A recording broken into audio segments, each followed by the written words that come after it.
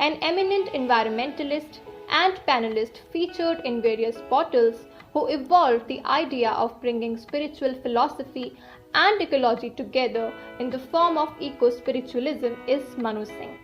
He is well-acclaimed interfaith practitioner and is presently the chief mentor of 𝐚𝐤𝐿, an organization emphasizing on inclusion of a meditative lifestyle with assurance of a holistic well-being. Manu Singh has been conducting various sessions on climate change to draw attention towards the sustainable approach of living. Apart from his contribution towards environment, he is the founder of NGO Sarvadharma Samvad, established in 2008 to work towards propagating communal harmony among various religions in India. And it also aims to bring together leaders of different faiths to strive against several social ills of the society. He has also partnered with United Nations HVPL and Art of Living for organizing conventions and programs centered around interfaith dialogue in India. Amid the pandemic also, Manu Singh continuously helped people through his online sessions and also started his own relief initiatives in the form of kitchen for migrant workers and ensured that 600 to 700 stray animals were provided food every day during the lockdown. Today, 𝐷𝐸 News is in conversation with Mr. Manu Singh, social justice and peace activist. So Mr. Manu, this is a very novel concept of eco-spiritualism, which a lot of people don't probably really understand, because one is more of a scientific term, the other one being philosophical. So how did you discover this relationship between the two? Well, first, I'd like to have a slight, a tangential deviation from your opinion. Okay. In Indian culture, science, that is logic, rationality, is always married to spirituality. It is never divorced from spirituality. Okay. So most of the spiritual customs, and I'm not talking specifically about the ritualistic part of religion, but the spiritual part of religion. So most of the spiritual customs that are observed in our culture have a very strong root that originates from not only faith but from rationality, scientific temper and logic. That is why in the Taittiriya Upanishad it is said that Tarkeva Rishi, that logic is a rishi and one cannot bypass logic in the quest for faith. Okay. So when we talk about the Indian school of philosophy, in the Indian school of spirituality, we must see that there is no deviation from the scientific temperament or the rationality. The spheres of rationality and scientific temperament actually in a way correspond with our faith. So when I say eco-spirituality, again you start from any concept, like the first manifestation of Adinath, of Lord Shiva, is Pashupatinath. If you crudely translate it, you will say Lord of all animals. But no, he is a Lord who manifests all the animals in his own body. So worshipping all the animals, all the beings as divine, that is what the culture or the spiritual precepts of our culture, they emphasized on. Okay. So when I say eco-spirituality, I am just translating it into the new lingua, into the modern lingua of the new society, but it actually is embedded deeply into our cultural and religious traditions. Okay. And you see this, even the concept of say Vasudhaiva Kutumbakam, right? It is not Manushyev Kutumbakam. When we say the entire Vasudha, we mean all the beings, all the plants, all the bees, all the insects, all the fishes, all the animals. We are a family.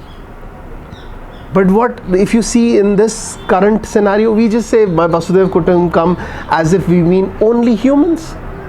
So my approach of eco-spirituality is actually to counter this concept of anthropocentricity, that human first, or I may say man first, which percolates from the the current crass consumerism or capitalistic traditions. That is what I want to counter. That is what I want to debate against, and that is why I say eco-spirituality. Without being in harmony with your ecology, and by your ecology I mean the ecology of your body, the ecology of the body of the other, and the ecology of the body of the earth. Unless you are in harmony with these three forces, we'll never be calling ourselves or terming ourselves as spiritual. So this is a very complex relationship you've just mentioned, very complex and a very intriguing one. So what was the trigger point in your life wherein you were made to think of something of this sort which is required, and why you felt that this is a necessity at this point of time? It's complex. If I'm not wrong, there's this small story in Othello, in which there's this blind man who asks Othello, "How do you see the world?" And no, Othello asks the blind man, "How do you see the world?" And the blind man replies, "Feelingly. I see it feelingly." And that's what I would like to stress on. Shouldn't we all? Okay. The moment we lose our feelings towards ourselves, towards the other, and we become too commodified, that's when the complex problems begin. That's what is screwing with our psychology. That's what's creating this disconnect between our own, I won't use the word soul, but between the subconscious and the conscious. This lack of feeling and true feelings, right? So this disconnect, this is creating and turning us into disconnected beings. There's a very famous phrase used by an eco-spiritualist. He's termed it as the rebellion of the robots. That when we try to correct the system, we are doing it as robots, as zombies, and will not arrive at any point. And that's where my philosophy comes in. When anybody asks that what is the grey vesta, the most dangerous form of pollution, I have always stressed, it's not air, it is not sound, right, or what it is known as noise pollution. It's actually sound pollution. It is not water, it is not soil, it is the pollution of consciousness. Only when we do not concentrate that how our consciousness, our feelings have become so egocentric, and that's why we become anthropocentric, that we target these feelings only for the gratification or the satiation of our own senses, and that too pleasure, not for the holistic well-being that we have. That is then manifested as, say, air pollution, or as the extinction on a mass level of several species, because we don't care. We create laws as per our. So what happened is, when I started having my deep association, and this is from childhood, it's not a point that I can say that this changed it, but especially with animals, that is the tipping point, or I would say that is what has been what has transcended me into this arena or this field. Love for animals. Love for animals and connection for animals, and their love. I am still incapable of loving an animal the way it loves me. I'm incapable. I still cannot. The unconditionality and of love that you get from an animal, say a dog, a cat, a horse, or any animal, it's different for different species, but the unconditionality you get, that is something that we humans still have to unlearn, because we are just too self-centric. So we have to unlearn and then achieve that level of love. So that is what I have, like, that's been my crossover into this. Sarva Dharma Samvad is your NGO you started in the late 2000s. So can you decipher that name for us? Okay. What does it signify? I work on this word called Samvad, right? Okay. Which crudely translates into English as dialogue, right? But they are completely different terms. So dialogue, di and logos, right? But Samvad has a word called, it's not Antarvad, it is not Vad Vivad. There's a specific reason for it being Samvad. Sam comes from Samata, right? Okay. So when you are in equanimity, that samta, and then there is an interaction with the other. An interaction in Indian cultural or spiritual tradition is not limited to verbal interaction. Okay. Right? It begins with prana, the way I breathe. So just see how minutely, how much in detail they have gone into that. Even you as a being should not release more carbon dioxide. And when won't you do that? Only when you are completely aligned with yourself. So prana, first stop there is, that is the first destination, is you have to achieve the samavad of prana. Right? Then this atma samvad. So that is how, anyways, it will be a very, because this is a very deep philosophy, it is shared with Buddhism also. So but the point is that samvad means first equanimity, the first dialogue happens with your own self and then others. So what happened is, when I saw that this tradition has percolated into all the traditions in Indian culture, be it Sikhism, be it Buddhism, be it Jainism, right? The concept of aparigraha, you see, that I have to leave things for others, not for the benefit of others, but the aparigraha comes for the benefit for my own self. If I am not letting go of things, if I am aggrandizing, if I am over collecting, then that will destroy my own self. So this is not charity, right? This is self-preservation. So only through aparigraha, which has percolated, and also in schools of Islam, right, in schools of Christianity, just see, when you talk about say Islam, Lord is known as Rabbul Alameen, right? He's not known as Rabbul Muslimin. He's not known as Rabbul Christian. He's Rabbul Alameen, Alam. Not only that, he's not even known as the Lord of humans, the Lord of entire creation. And that's the first surah. So that encapsulates everything. So these spiritual tenets in Christianity, it is always forgiveness, right? It is always love that is centric, that is the driving force of that religion.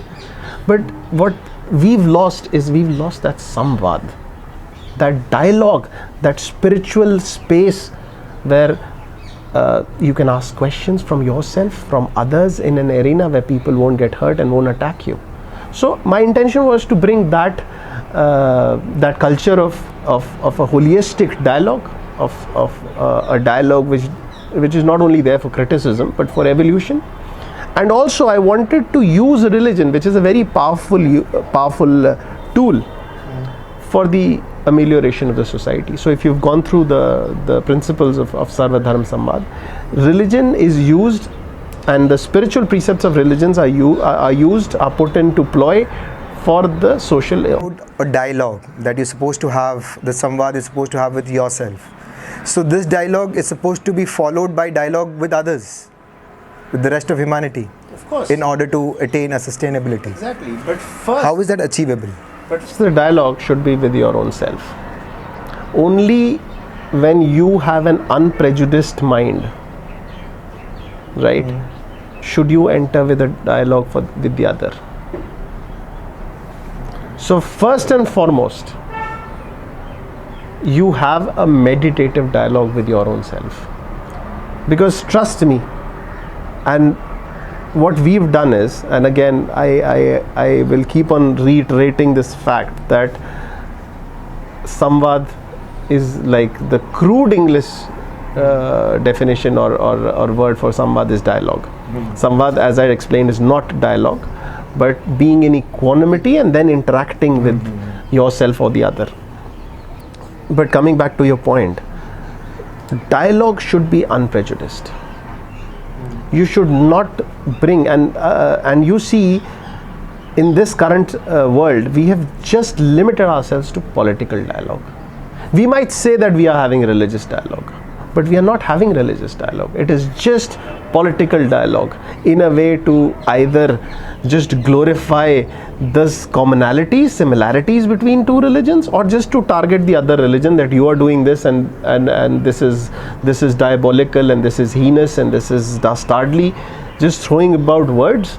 There is no real dialogue that we require for the evolution of mankind. I mean, just have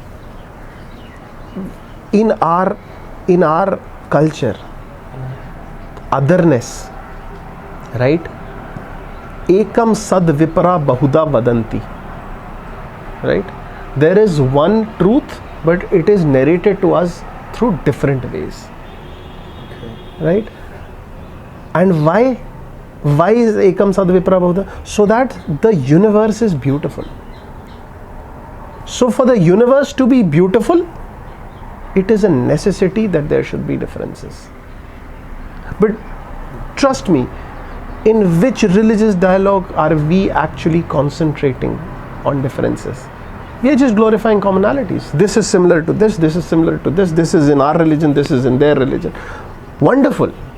Those spiritual commonalities, they must be celebrated. But what must be celebrated even more is the kaleidoscopic nature of all these cultures. For example, Hindu is again a word given to us by people who did not understand our culture. Right? There are several definitions. Some people say people could not pronounce Sindhu and stuff. There's one definition. Then Swami Dayanand Saraswati ji gave another definition. I'm not getting into definitions. But nobody calls himself. Does Ram call himself Hindu? Do you find the word Hindu in Bhagavad Gita? There are references, of course. But again, we were a conglomeration, a beautiful cocktail of various philosophies. And that's what the world is right now. And we always celebrated it. So this dialogue, the precept should be, you should be unprejudiced. And you should first inculcate this nature of being celebratory, of having a festivity when it comes to differences.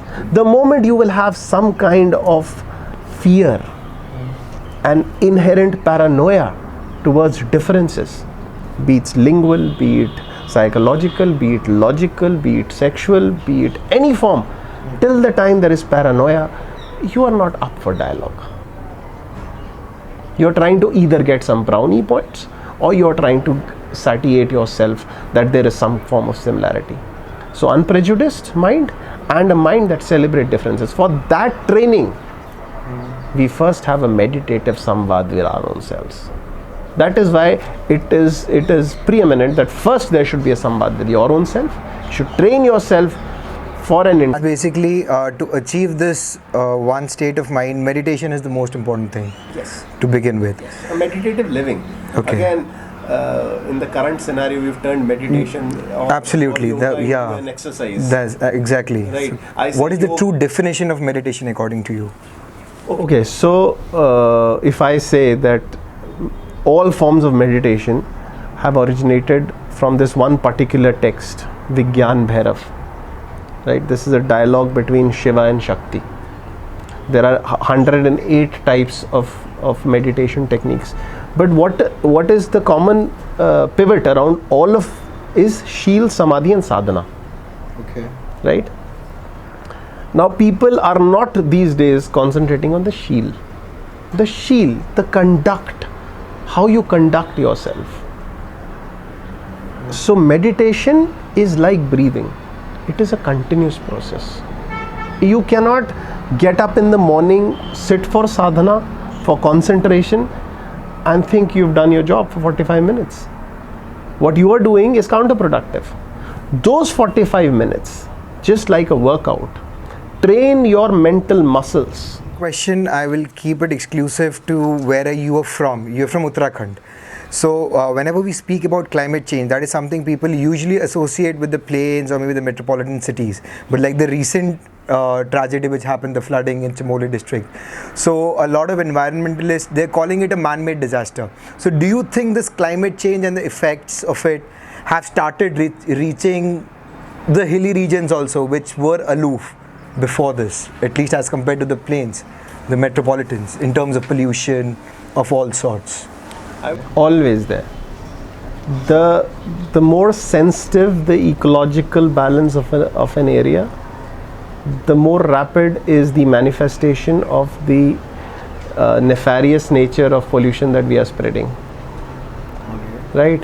And what people don't understand, the entire not only of India, see, nature knows no borders, of this entire subcontinent, the entire weather revolves around the monsoon. Right? Which is the engine that drives the monsoon? The Himalayas.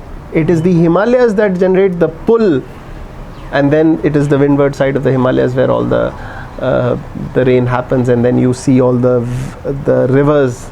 If you see, I mean, if you call it Bharat Mata as we do, it looks like a woman, but the veins are the rivers. Where do you get the blood in these veins? From the Himalayas. Right? Why? Because it is the one that pulls the monsoon clouds. It's the engine, right? And then the precipitation happens on the windward side, and the leeward side you have the cold deserts of Lahaul, Spiti and Ladakh. Yeah. So the precipitation happens, and then you see all the major rivers, and all the cultures thrive around these rivers.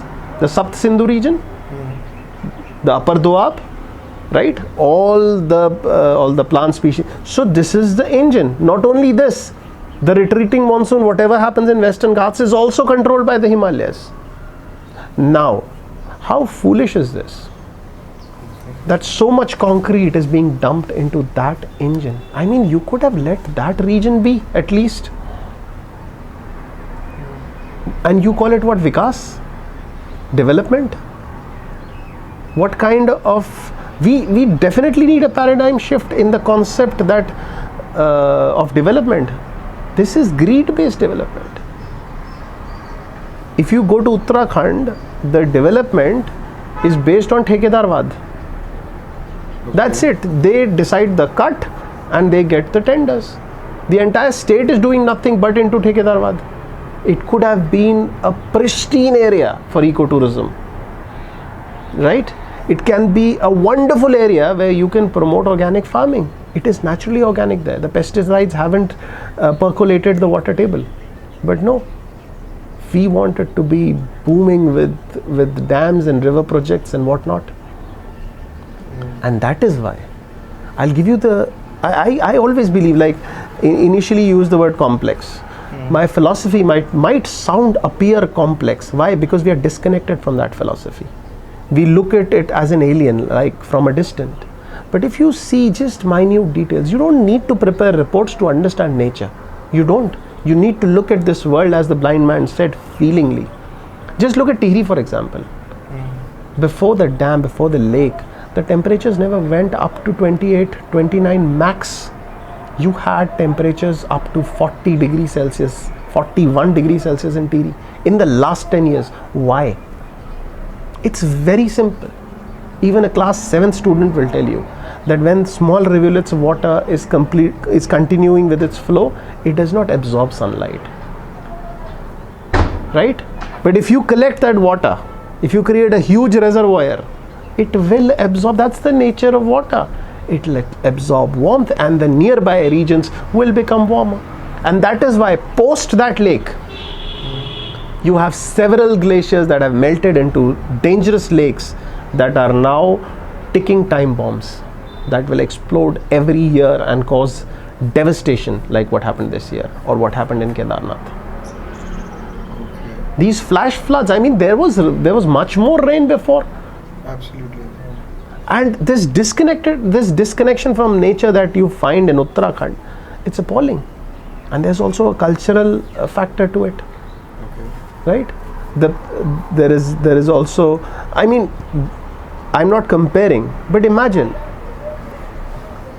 why were there man-eaters only in Uttarakhand? People don't think in those terms. Have you ever heard of a book by Jim Corbett, Man-Eaters of Himachal? No. Or Kashmir? Even now, there are 70% of villages in Garhwal are ghost villages. People have migrated to Haldwani or Dehradun. Yes. So this is the kind of culture we must fight against. And on the opposite, what's happening in Himachal? Horticulture is increasing. Look at the fruit industry there. Look at the floriculture there. It's amazing. And trust me, Uttarakhand can beat Himachal hands down when it comes to horticulture or cultivation of medicines and fruits and everything. But no, it's not happening. Even now you have more man-eaters in Uttarakhand. Why? Because we are propagating a concept of development that is just based on greed. And as the great Mahatma Gandhi himself said, Mother Earth has enough for every man's need, but not enough for even a single man's greed. And I'll make a very controversial statement. I am pro Team Corona.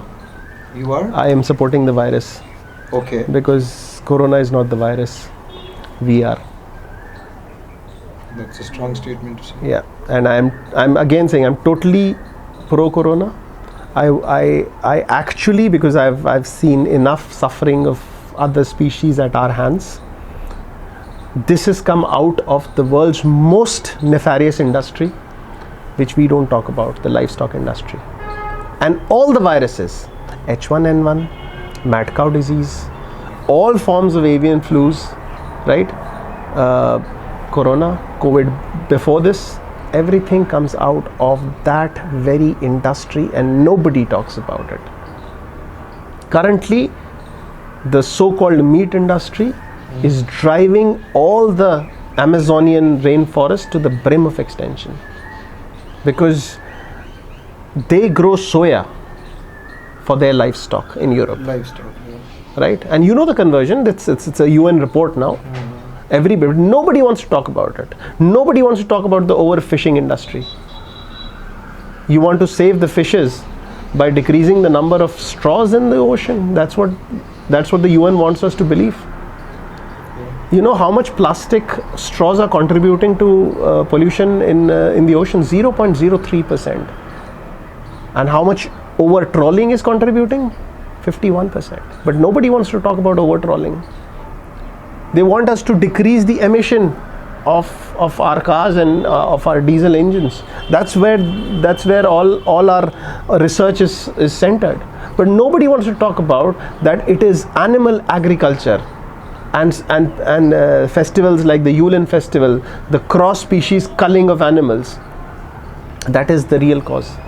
I mean, if I go into the forest, right, and I shoot a leopard, I'll be put inside the jail. Why? Yes. Because there's a Wildlife Protection Act.